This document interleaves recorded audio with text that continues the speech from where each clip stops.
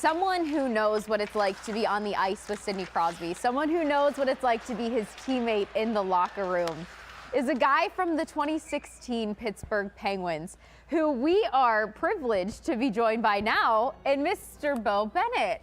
Welcome to the show, Beau. Good to be here. Thanks for having me, guys. No, thank you for being here. First and foremost, where are you at? What are you doing? Where are you at right now? What's going on in your life? I'm in LA right now. I'm actually watching the game, trying to get a little bit well-versed with the players. I haven't watched too much this year, so it was a good first period, and Sid being Sid with the sick pass. So yeah. Columbus only had 4 shots on goal in the first period as well, which is the 5th time the Pittsburgh Penguins have done that to a team this season, 4 or fewer shots on goal. So defense looking good for the Pens as well. But Beau, you don't need to catch up when it comes to Sidney Crosby, how he's doing, who he is. So curious to know your thoughts on just first and foremost, what it's like to watch him perform the way he is now. honestly, it's amazing because I know how bad I feel at 34, and he's still a point per game, and he's still one of the top players in the league, and the league's got only faster and more skilled. And I'm excited to watch him at the Olympics because it seems like whenever he's with the best players, he still rises up and he is the best player. So, obviously Connor David's amazing, Nathan McKinnon, these guys, but Sid to me, just knowing and being around him and being like his teammate, he's elite in all aspects. How did you talked about him, rising the level around? How did he help your game when you were on the ice with him? Or was it hard to play with him? Because the consensus has been around Pittsburgh, after someone made a comment last year, it's really hard to play with Sidney Crosby on the ice. I actually just was talking to my dad about this, and I wish I would have been healthier to kind of put my best foot forward. But like a guy like Jake Gensel, I don't think people realize, or even like Brian Rust, Chris Kunitz back when I played. It's really hard to play with great players because you have to be okay with not having the puck as much, and you probably were the best player growing up and you always had the puck, and now you have to learn that there's levels to this, and you're playing with the greatest player in the game. And I was talking about Jake Gensel, and I don't really know Jake. He was after me, and he could play with any superstar and do well, and you've seen it throughout his career, and it's pretty amazing. And I played, I think, more with Gino than I did with Sid, but I was lucky to play with both of them, to be honest. A lot of times, Beau, guys that move up, and this wasn't the case with you, but guys that move up from the fourth line, the instant and play some shifts with a Sidney Crosby, for example. The instant reaction is, oh, that's great, how fortunate you are. And they're like, hey, man, I want to play the way I play, which is dump the puck in, right? But they don't want that. Mm-hmm. So if I dump the puck in, I make my center mad. If I don't dump the puck in, I make my coach mad. So it's not always easy. Yeah, towing that line because their positions carved out. Like there's nothing really they can do where it's gonna obstruct their ice time that's why even Wayne Gretzky coaching, I don't think he could really resonate with players because he's the great one. And, it's how do I describe how to be so great when I don't think he was dumping the puck in or trying to see the game from a third, fourth line perspective. But, the guys who hound pucks, work hard, and Sid's best ability is his work ethic. He's of all the things that I see, that's why guys who work hard have always succeeded. Brian Rust, Pascal Dupuis, Chris Kunitz. I think he just wants the same work ethic. I think he knows that he's a little bit beyond in skill level most of the time, almost all the time. And I think he just wants people to work hard, and that's why he always does well with those types of players. I understand. I've heard he doesn't really people praise the grinder image. I don't think he wants to necessarily be perceived that way, but there is something to that. The notion that about the only superstar I can think of that to me in my memory bank would be maybe Brian Trottier, playing that sort of hard, physical, tough style while also blending the incredible skill. But I think if Sid wanted to, he could be a the best third-line player in hockey when he was 50. You know what I mean? Like he has, and a lot of superstars don't have that. When they lose the talent, it's gone. Their game is gone. Yeah, I think of like Steve Yzerman in terms of, there's a reason why he's been a point per game clip for 20 seasons or whatever it is. It's because his game is timeless. He doesn't need that fresh young legs. He can produce. That's why it translates to the postseason as well. It's pretty amazing because it always seems when the game gets tougher, his game gets better because he's been prepping that way his whole career and his whole life, and it's almost like like in the Olympics, I'm sure he's going to be one of the best players out there because he's the guy that rises up to those occasions. Yeah, Yzerman, that's good. Good, another good one. Yeah, for sure. He's going to be an analyst, I think, on one of our shows. We're going to have to keep Beau Bennett around here. Pens didn't get to convert on this power play either, but their power plays look really good as of late, converting 3 for 4 against the Flyers the other night. I mean, Beau, when you talk about looking at the Penguins right now, currently, and what they've been doing, what's impressed you most about the team that they've put together this year? Looks a little bit different. Coaching changes, everything. What's been your impression? I think they're getting a lot of contributions from players that they just brought in. Mantha, they just traded for Chinnikov. Rust has been consistent his whole career. And then like a young guy like Kindle getting his chance and he's been producing.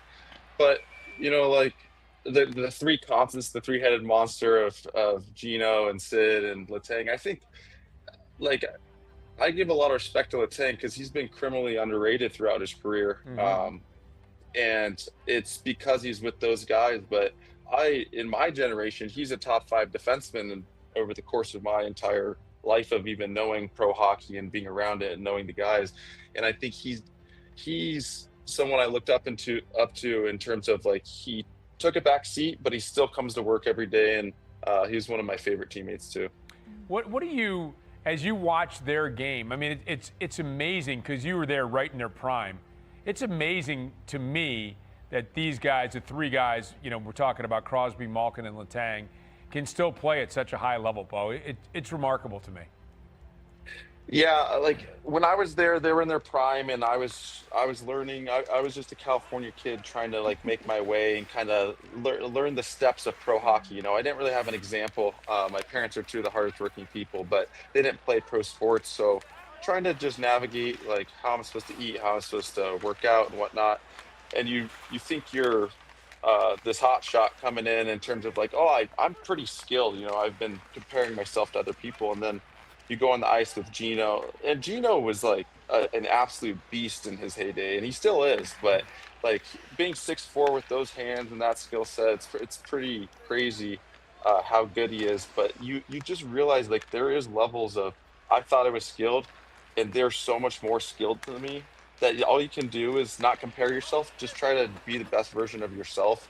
And that's the reason why they still produce, is because they were the best then, and they're still really good now, if not some of the best players in the league. Well, to put a stat to all of this, Evgeni Malkin with his assist tonight, it's his 16th season now with 25 or more assists.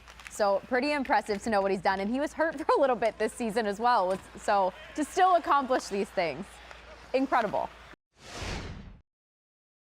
Before we went to break, Beau, you had just been kind of touching on the 3-headed monster here in Pittsburgh, the guys who are in their 20th season playing here. I mean, the longest tenured trio in professional sports, and Kris Letang, Evgeni Malkin, and Sidney Crosby. And we'd love to hear more on what you're thinking about just how long they've been together, how well they've been playing, and to still be doing it at this level. Yeah, it's pretty amazing. It's so admirable to be so good at a position and work your whole life to get to a certain point, and they're all as good as each other in different aspects. And they've just kind of navigated how to have their arguments, their disagreements, have their successes, and that's why they've made it work. I mean, I'm sure they call each other some of their best friends, but it's also it's such a working relationship where Letang sees the game different than the other 2, and I'm sure Gino sees the game different than Sid. But hockey's the ultimate team sport. You need everyone. That's why the parity in this game's insane. the Eastern Conference separated first place to last place, 15 points. You need more than just the top guy, and it takes a farm, and they're always at the helm of it. You know, it's so funny you say that, because going back to, and Hannah, at the beginning of this conversation, Beau called me old, if you recall. And but I remember those early, 90s. I remember those early 90s Penguins teams. And, a lot of people will say, hey, that 92-93 Penguins team was the best they ever had. They had the incredible winning streak at the end of the season, loaded with talent. And those guys, those third or fourth line guys who were no longer there in that 92-93 team that didn't win the Cup, they were upset in the second round of the playoffs.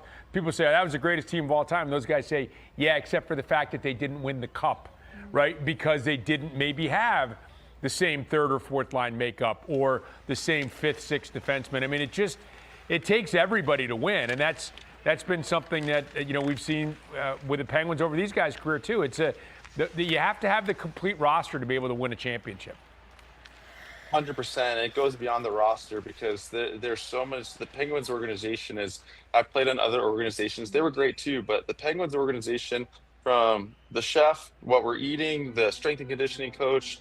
I mean, I dealt with mostly the doctors, so I was getting some top-notch work from them. But I mean, it even from marketing, like there's a reason why people come to the games, why people are invested in us, and it makes it fun to be a Pittsburgh Penguin, and it takes a village. And I was very proud and honored to be a part of the organization for those 4 years, and I wish I would have had a little bit better ROI for being drafted so high, but it was a great experience nonetheless. What do you think of the fans here? Because I mean, the fans for the Steelers, and we see when the Pirates get it going, PNC Park is sold out, and obviously the Penguins had the sellout streak, and to be in that arena, for all those years doing the pre and post game show, I know that for me it was just an absolute thrill. What is it like? Oh boy, Columbus just tied it up. Marchenko, very underrated player. Oh, good to see. Continuing the analysis, right in stride. Give it to Beau us. Bennett, analyst. Tell us what you know. So, Beau, what was it like playing? Well, first of all, talk us through this goal here. What'd you see? Just a little. I mean, you got to control the blue lines. When there's a turnover around the blue lines, it's hard to defend because you're not in your set position. Tough on the goalies. Just comes so quick. And I mean, that shot's perfect. It's kind of a muffed play, and hopefully they can get it back soon. So what do you think of the fans in Pittsburgh? I mean, they always struck me as great fans. What was it like playing in front of these fans? And I might be biased in this just because it was my first taste of professional anything, and I was never around it at a young age. But Pittsburgh is a top 3 sports city, in my opinion. I love how all of the colors are coordinated. If you usually are invested in all 3 teams, the players support the other teams that are playing. We would go to Steelers games. We would go to the Pirates games. And on top of it, the fans are very, they'll be there if you're in a cold streak or if you're on a hot streak, and they're always very supportive. They show up to practices. They're waiting outside for games. They're there to support you, and they deserve the championships they've got over the years. I do think that's one unique thing the Penguins do, is that fans can come to practice. And I know when I was working there, it was so cool to see so many young fans show up and put on their jerseys, skip a day at school maybe, and be right up against the glass. That had to have been really cool for you as professional athletes too, to see that support every day, like you were saying.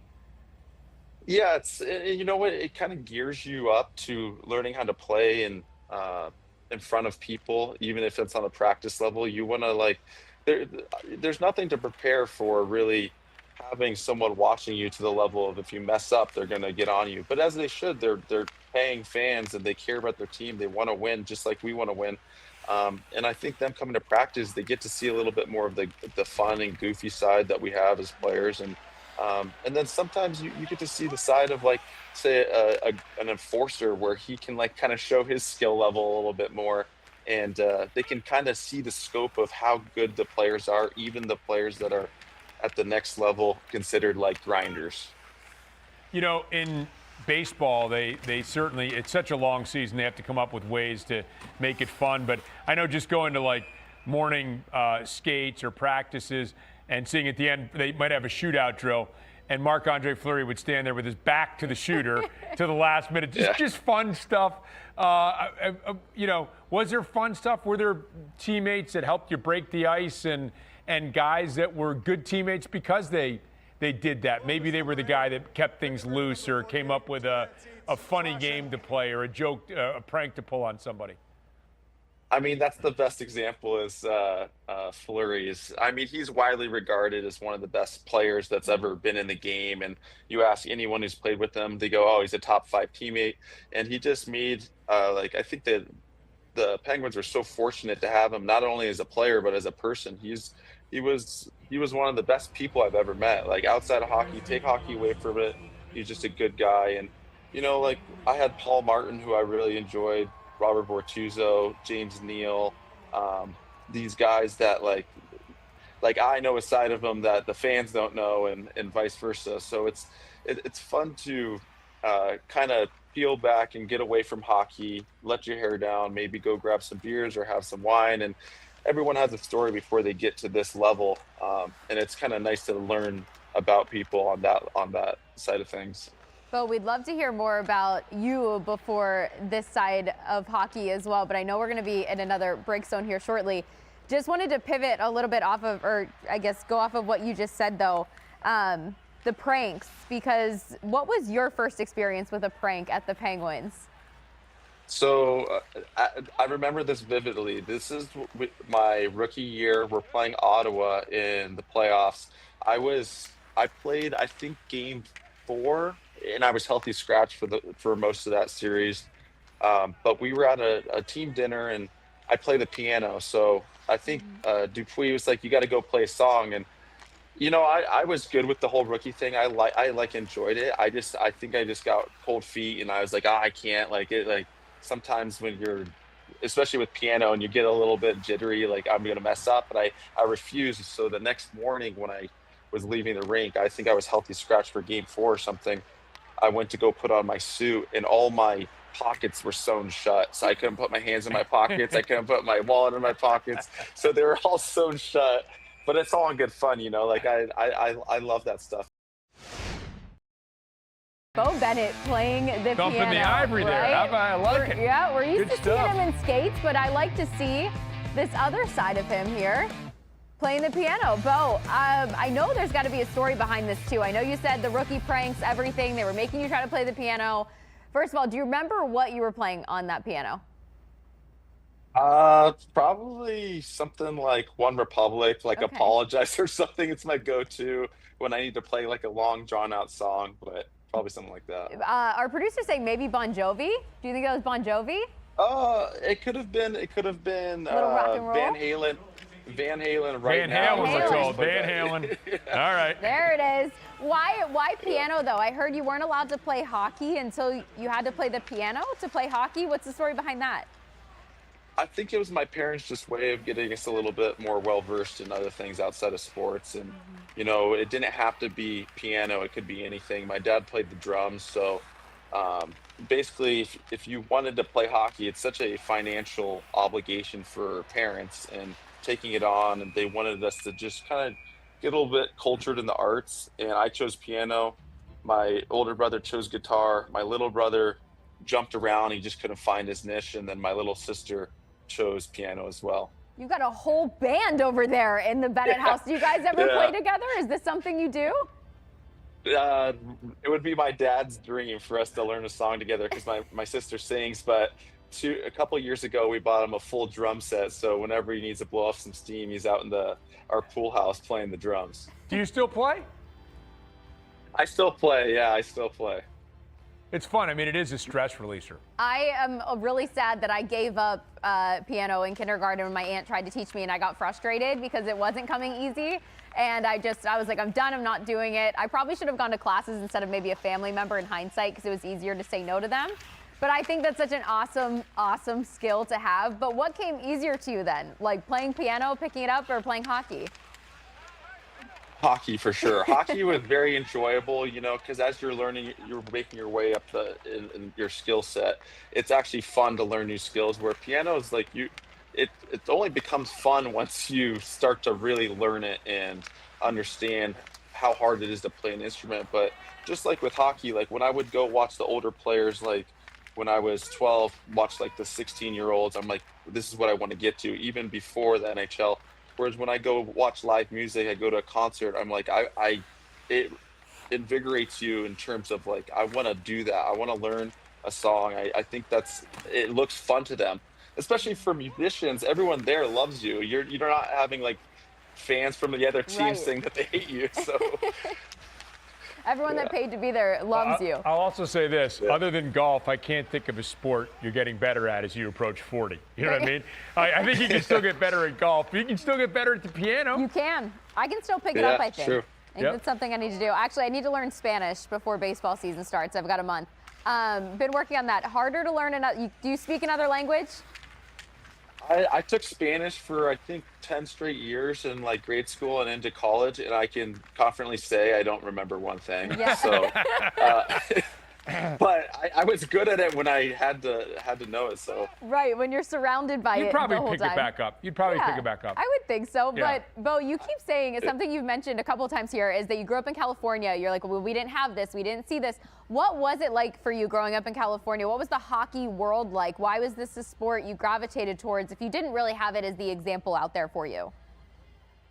I think, I grew up right down the street from the Great Western Forum when the Kings used to play there. They switched to Staples Center in the, I think, early 2000s, late 90s. But we would play roller hockey, and Gretzky came, got traded to the Kings, kind of made it popularized a little bit in ice hockey. The Kings would offer, if you play in this roller tournament out in the parking lot of their games, you can get a ticket to the game. So that's how we started we started in roller hockey, and then we started to get understanding that, well, ice is where you can kind of make a living and or kind of progress in the sport. And I like both. I still love roller hockey. I just went and coached my sister's pro roller hockey team this summer at State Wars, and they won the gold medal. So she actually has a tournament this weekend, and it's fun. It's fun to get roller hockey is so much more laid back in terms it's 4-on-4. There's no offsides. There's no icing. It's no hitting. So it's very it's like a leisure sport compared to like ice hockey is very, very aggressive and gung ho. But I like both for different reasons. How did you get into coaching roller hockey? How did your sister get into the pro league there? How's that brother-sister dynamic?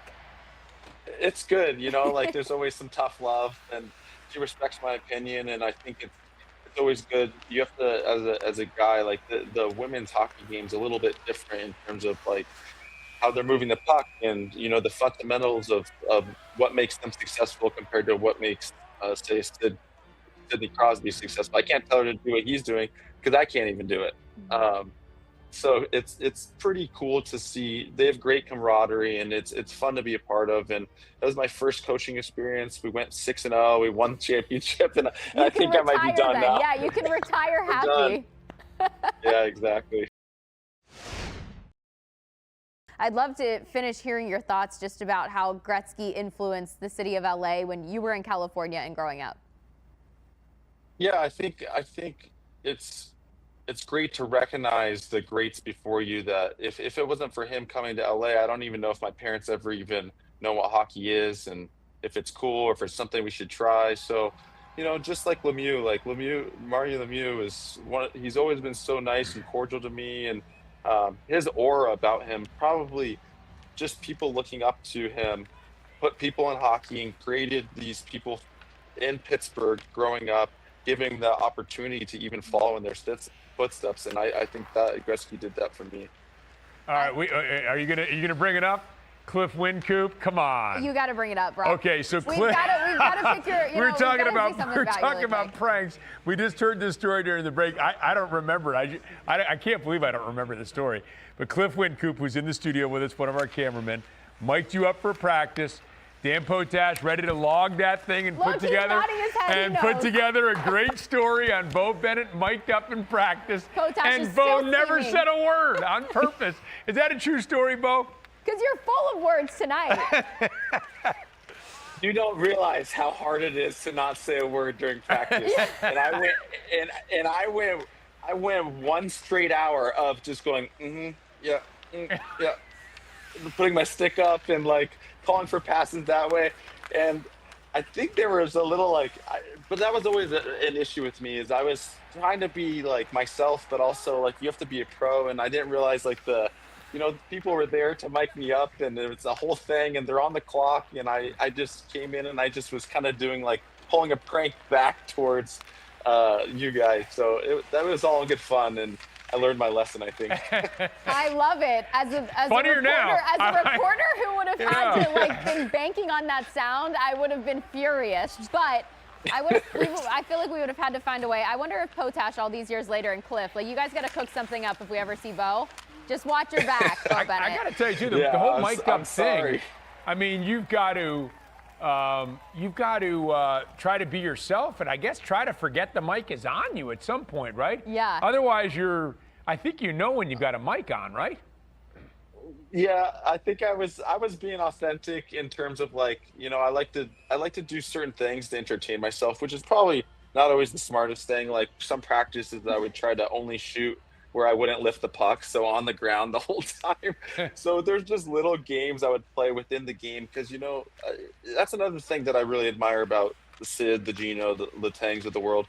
Like they're still doing it, they're still practicing, they're still having fun with it, and I was trying to make everything so much more fun for the monotonous like dog days of a professional season, and sometimes to my detriment, sometimes not, but it was all in good fun. Beau, do you know what would have been amazing? Would have been to actually hear you say that at practice when you were mic'd up, just to tell us what was going on in your head that day. But they said they turned it into a silent movie, so I guess there was some creative Very good. Some creative Go a little content. black and white on it. Did we ever submit it for an Emmy? I think it deserves one. Because honestly, though, because truthfully, when you go to practice, most of the time, no matter what age you're playing a sport at, you want to talk to your teammates. You're all waiting in line for a drill. I can imagine it was probably harder for you to stay silent than not.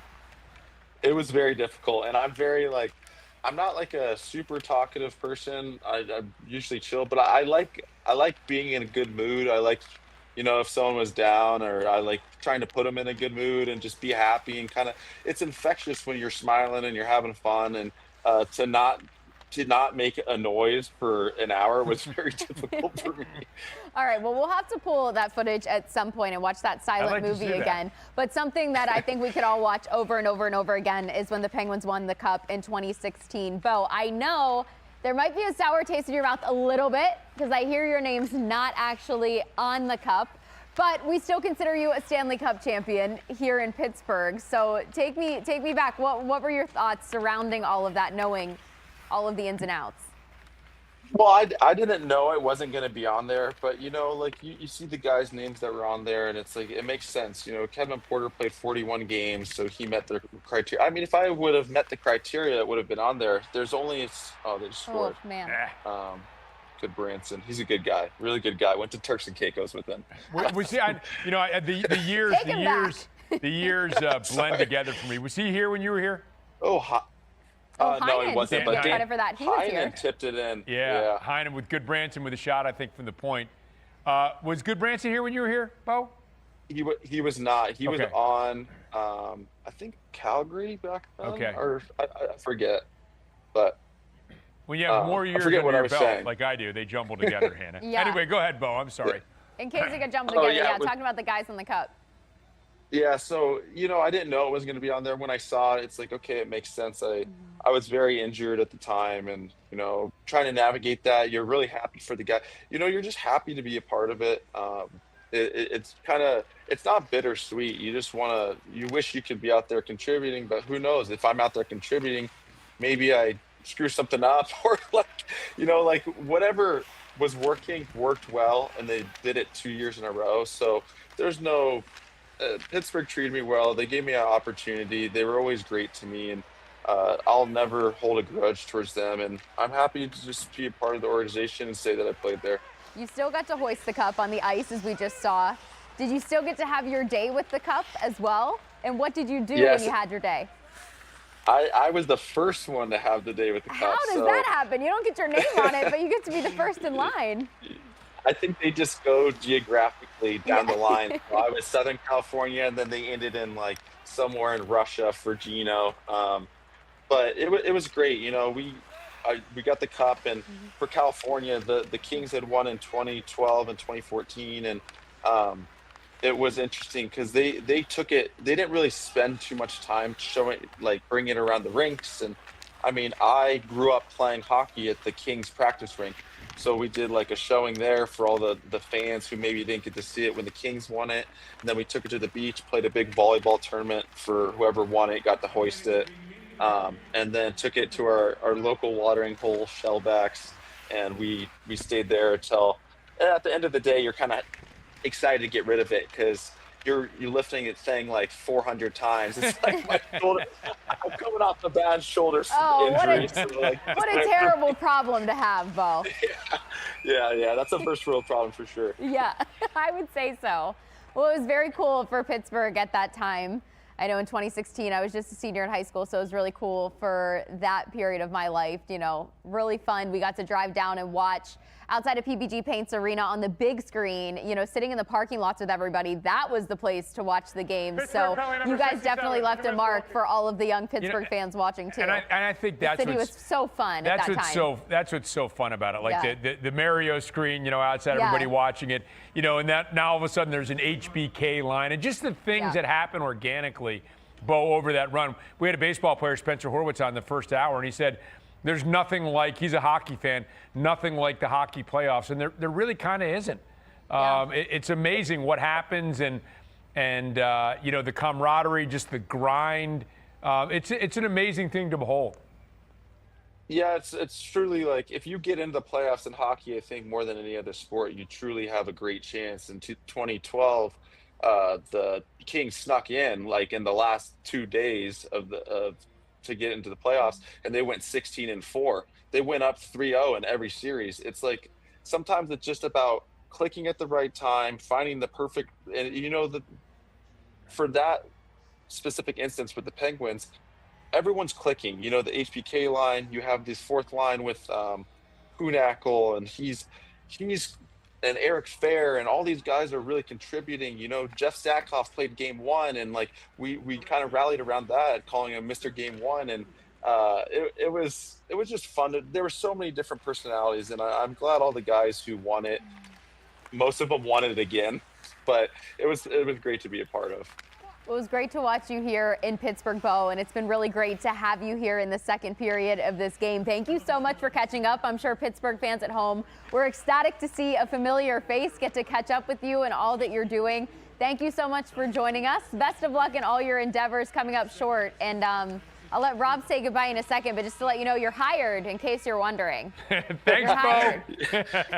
Hey, thank you guys so much. You know, I miss Pittsburgh, and I thank them for all the support over the years, and thank you guys so much. Well, Pittsburgh misses you, so stop back to SportsNet Studios soon. Anytime you want. Again, you're hired, and it's seriously been a pleasure. It's been great to catch up with you. You're an awesome guest. Thank you so much. Thank you, guys. Have a great night.